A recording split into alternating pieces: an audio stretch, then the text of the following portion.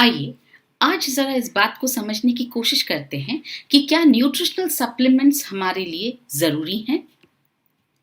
हमारा शरीर हमारी सबसे बड़ी पूंजी है और इसे लंबे समय तक युवा, स्वस्थ और सक्रिय रखने के लिए ज़रूरी है 70% न्यूट्रिशन और 30% व्यायाम।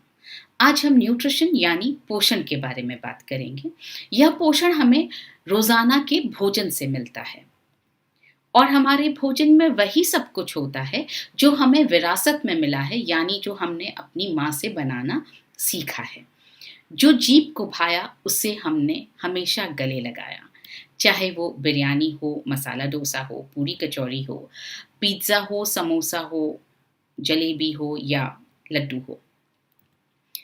और उसके बावजूद भी अक्सर हम यही कहते हैं कि हम तो घर का बना खाना खाते हैं।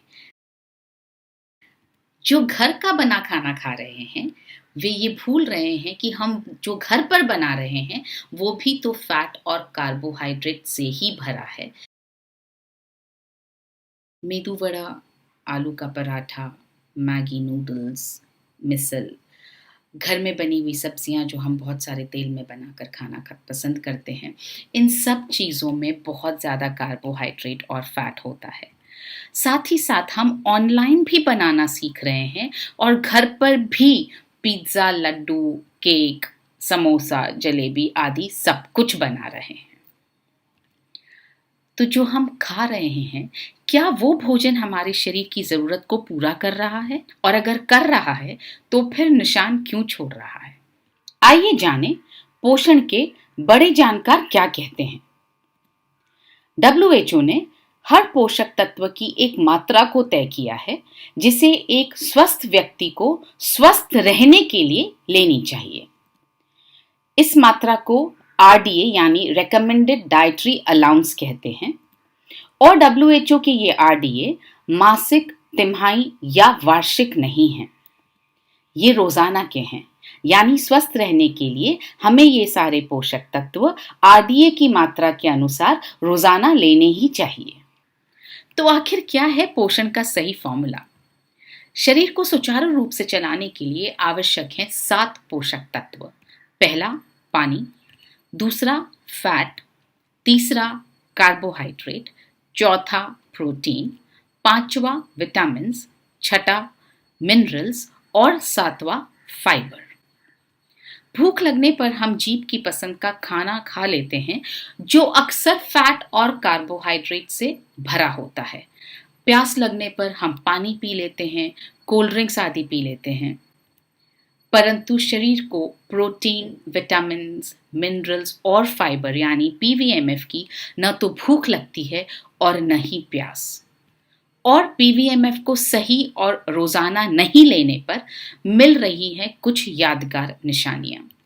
समय से पहले झुर्रियां, बहुत सी दवाइयां लेने की मजबूरी, बार बार डॉक्टरों के पास चक्कर, मोटापा, हृदय की बीमारियां, डायबिटीज और तनाव। उम्र के साथ इसी भोजन से पोषक तत्वों को ग्रहण करने की क्षमता भी घट जाती है। तो हमारे सामने 2 बड़ी चुनौतियां हैं। पहली, रोजाना 7 पोषक तत्वों का सही मात्रा में सेवन करना और दूसरी, उन पोषक तत्वों का शरीर में अवशोषण करवाना। एक वयस्क व्यक्ति के लिए रोजाना का प्रोटीन का न्यूनतम टारगेट है 60 ग्राम। शारीरिक वजन के हर किलोग्राम के हिसाब से हमें 1 ग्राम प्रोटीन रोजाना लेना चाहिए। औसतन तौर पर एक व्यक्ति का वजन 60 किलोग्राम होता है, इसलिए यहाँ पर हमने 60 ग्राम की मात्रा बताई है। आपको अपने प्रोटीन की मात्रा अपने वजन के हिसाब से तय करनी होगी। मसल्स के लिए चाहिए प्रोटीन। अक्सर महिलाएं ये समझती हैं कि मसल्स का मतलब है इस तरह की मसल्स बनाना, जबकि ऐसा नहीं है। मसल्स से हमारा मतलब है सब्जियां उठा पाने की क्षमता। मसल्स से मतलब है परिवार के लिए खाना बना पाने की क्षमता। मसल्स का मतलब है बच्चे को उठा पाने की क्षमता, यानी रोजमर्रा के काम आप आसानी से बिना दूसरों पर निर्भर हो पाए, खुद कर पाए। ये है मसल्स होने का मतलब। घने बालों के लिए भी चाहिए प्रोटीन।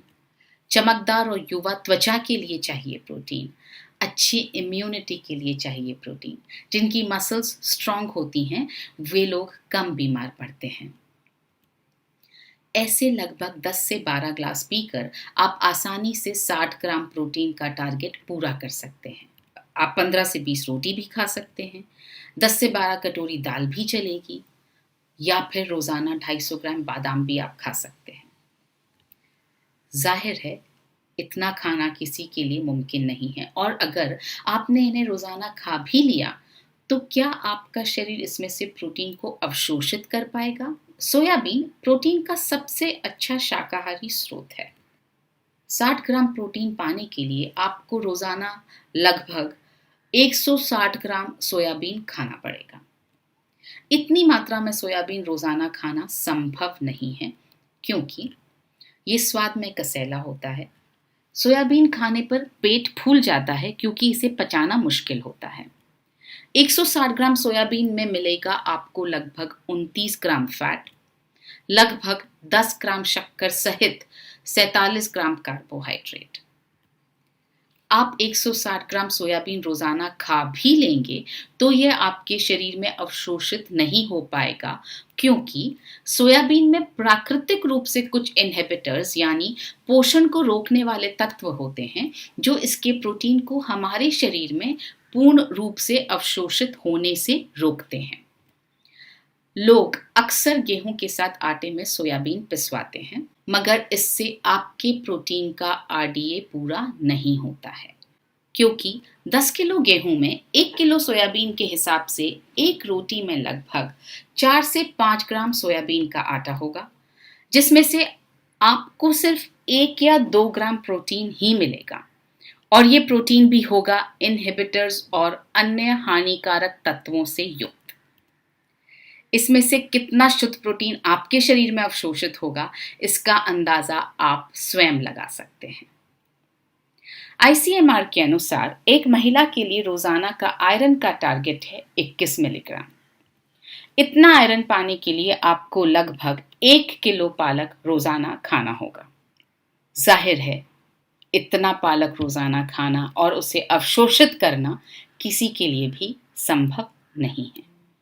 तो समस्या ये है कि एक पोषक तत्व को पाने के लिए हमें रोजाना बहुत सारा खाना खाना पड़ेगा। तो फिर समाधान क्या है? समाधान है न्यूट्रिशन विज्ञान। न्यूट्रिशन साइंस की मदद से खाद्य पदार्थों और पौधों में मौजूद पोषक तत्वों और फाइटोकेमिकल्स को उनके गाढ़े और शुद्ध रूप में एक्सट्रैक्ट किया जाता है। ये एक्सट्रैक्ट्स शरीर में बेहतर अवशोषित होते हैं, क्योंकि उनमें कोई भी बाधा पहुंचाने वाले तत्व और अशुद्धि नहीं होती है। न्यूट्रिशन साइंस द्वारा सोयाबीन में से सभी इनहिबिटर्स और दूसरे तत्वों को हटाकर आइसोलेटेड सोया प्रोटीन प्राप्त किया जाता है। ये आइसोलेटेड सोया प्रोटीन हमारे शरीर में काफी अधिक मात्रा में अवशोषित होता है। न्यूट्रीचार्ज कोको प्रोडाइट और न्यूट्रीचार्ज स्ट्रॉबेरी प्रोडाइट के हर सैशे से आपको मिलता है लगभग 15 ग्राम आइसोलेटेड सोया प्रोटीन। आपको रोजाना ऐसा खाना खाना चाहिए जिससे आपको बचा हुआ 45 ग्राम प्रोटीन मिल सके, या आप दिन में 2 बार न्यूट्रीचार्ज प्रोडाइट लेकर 30 ग्राम आइसोलेटेड सोया प्रोटीन प्राप्त कर सकते हैं, और बचा हुआ 30 ग्राम प्रोटीन आप अपने भोजन से प्राप्त कर सकते हैं। न्यूट्रिशन साइंस की मदद से विटामिन्स और मिनरल्स को उनके सबसे ज्यादा बायो अवेलेबल रूप में न्यूट्रिशनल सप्लीमेंट्स में डाला जाता है, ताकि वो हमारे शरीर में अधिकतम मात्रा में अवशोषित हो सकें, यानी एब्जॉर्ब हो सकें। आरडीए जितना आयरन आपको मिलता है एक न्यूट्रीचार्ज वुमेन टैबलेट में, और इसमें जो आयरन डाला गया है वो आयरन का सबसे ज्यादा बायो अवेलेबल रूप है, जिसे फेरस बिसग्लाइसिनेट कहते हैं। Nutritional supplements protein, vitamins, minerals और फाइबर के साथ साथ और भी कई पोषक तत्व प्रदान करते हैं। सूर्य की किरणों से, फलों और सब्जियों पर छिड़के गए पेस्टिसाइड से और बाकी कई कारणों से टॉक्सिन्स हमारे शरीर में प्रवेश करते रहते हैं और हमारी कोशिकाओं और ऊतकों यानी सेल्स और टिश्यूज को नष्ट करते हैं। एंटीऑक्सीडेंट से युक्त न्यूट्रिशनल सप्लीमेंट्स हमारी कोशिकाओं और ऊतकों को होने वाले इस नुकसान को रोक सकते हैं।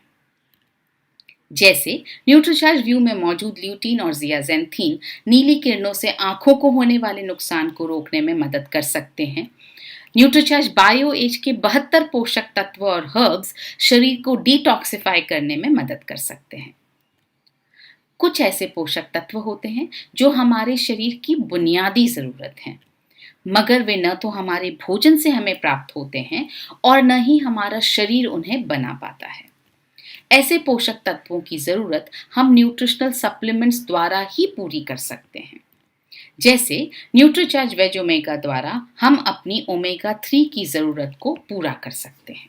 इसी तरह विटामिन B12 एक ऐसा विटामिन है जो शाकाहार में नहीं मिलता है और इसे न्यूट्रिशनल सप्लीमेंट द्वारा ही लिया जा सकता है। न्यूट्रीचार्ज मैन और न्यूट्रीचार्ज वुमेन की हर टैबलेट में है RDA जितना विटामिन B12। कुछ ऐसे पोषक तत्व और हर्ब्स होते हैं जो इम्यूनिटी बढ़ाने में मदद करते हैं। ऐसे पोषक तत्वों और हर्ब्स को सही अनुपात और सही इंग्रेडिएंट मिक्स के साथ ही लेना चाहिए, जैसे Nutricharge S5, Nutricharge man, Nutricharge women. तो इस तरह हमने समझा कि उत्तम सेहत और बीमारियों की रोकथाम के लिए हमें न्यूट्रिशनल सप्लीमेंट्स लेने चाहिए। ये न्यूट्रिशनल सप्लीमेंट्स हमारे भोजन का ही हिस्सा हैं। जो चीज़ हमें भोजन से नहीं मिल पा रही है वो हमें न्यूट्रिशनल सप्लीमेंट्स प्रदान करते हैं। हम में से बहुत से लोगों को लगता है कि न्यूट्रिशनल सप्लीमेंट्स लेना ज़रूरी नहीं है। जल्दी क्या है, हमारे शरीर में होने वाले बहुत सारे बदलावों को पलटाना मुमकिन नहीं है। नियमित, उचित और पर्याप्त व्यायाम न करने और न्यूट्रिशन न लेने से मसल्स की प्राकृतिक गुणवत्ता और ताकत यानी मसल्स की क्वालिटी और उनकी स्ट्रेंथ दोनों घट जाते हैं और उन्हें वापस प्राप्त करना कठिन हो जाता है और बढ़ती उम्र में तो और भी कठिन हो जाता है। हमारा रेटिना यदि क्षतिग्रस्त हो जाए तो उसकी क्षति को पलटाया नहीं जा सकता है। हमारे हृदय की संरचना यदि बिगड़ जाए तो उसे पूरी तरह पलटाया नहीं जा सकता है। हाँ, हमारे शरीर में बहुत सारे बदलावों को होने से रोका जरूर जा सकता है और इन बदलावों को होने से रोकना सही और पूरे न्यूट्रिशन के सेवन और उचित व्यायाम से ही संभव है। इसलिए न्यूट्रिशनल सप्लीमेंट्स लेना शुरू करने में हमें एक दिन की भी देरी नहीं करनी चाहिए। न्यूट्रिशनल सप्लीमेंट्स को एक पूरे ग्लास पानी के साथ लेना चाहिए, क्योंकि पानी पोषक तत्वों के अवशोषण को बढ़ाता है और उन्हें सभी कोशिकाओं तक पहुंचाने में मदद करता है। अब आपके मन में यह सवाल उठ रहा होगा कि न्यूट्रिशनल सप्लीमेंट्स लेने से मेरे शरीर में पोषक तत्वों की मात्रा ज्यादा हो गई तो? आइए फिर से समझते हैं। WHO ने हर पोषक तत्व की एक मात्रा को तय किया है जिसे एक स्वस्थ व्यक्ति को, यदि वो स्वस्थ रहना चाहता है, तो उस मात्रा को लेना ही चाहिए। न्यूट्रिशनल सप्लीमेंट्स आपको RDA की ओर ले जाने में मदद करते हैं, यानी पोषक तत्वों की उस मात्रा को लेने में मदद करते हैं जिससे आप स्वस्थ हैं तो स्वस्थ बने रह सकते हैं। अतः सही मात्रा में लेने पर इनसे नुकसान होने की संभावना नहीं है। ये RDA तो सिर्फ शरीर की रोजाना की देखभाल करने के लिए जरूरी है। बहुत से अध्ययनों से पता चला है कि बीमारियों की रोकथाम के लिए RDA से काफी ज्यादा मात्रा में पोषक तत्वों की जरूरत होती है। WHO ने RDA के साथ UTL यानी अपर टॉलरेबल लिमिट को भी तय किया है, यानी पोषक तत्वों की वो अधिकतम मात्रा जो रोजाना ली जा सकती है। आप पोषक तत्वों को बिना किसी नुकसान के UTL की मात्रा तक ले सकते हैं। तो इस तरह हमने समझा कि न्यूट्रिशनल सप्लीमेंट्स द्वारा हम न सिर्फ सही और उचित मात्रा में protein, vitamins, minerals, fibre, antioxidants, omega 3, vitamin B12 आदि सारे पोषक तत्व ले सकते हैं, बल्कि उन्हें अपने शरीर में ज्यादा से ज्यादा अवशोषित भी करवा सकते हैं। तो इस तरह से हमने आज जाना कि स्वस्थ जीवन का राज छुपा है 70% पोषण यानी न्यूट्रिशन में और 30% व्यायाम में। तभी जिंदगी आपको देगी पूरे 100 नंबर।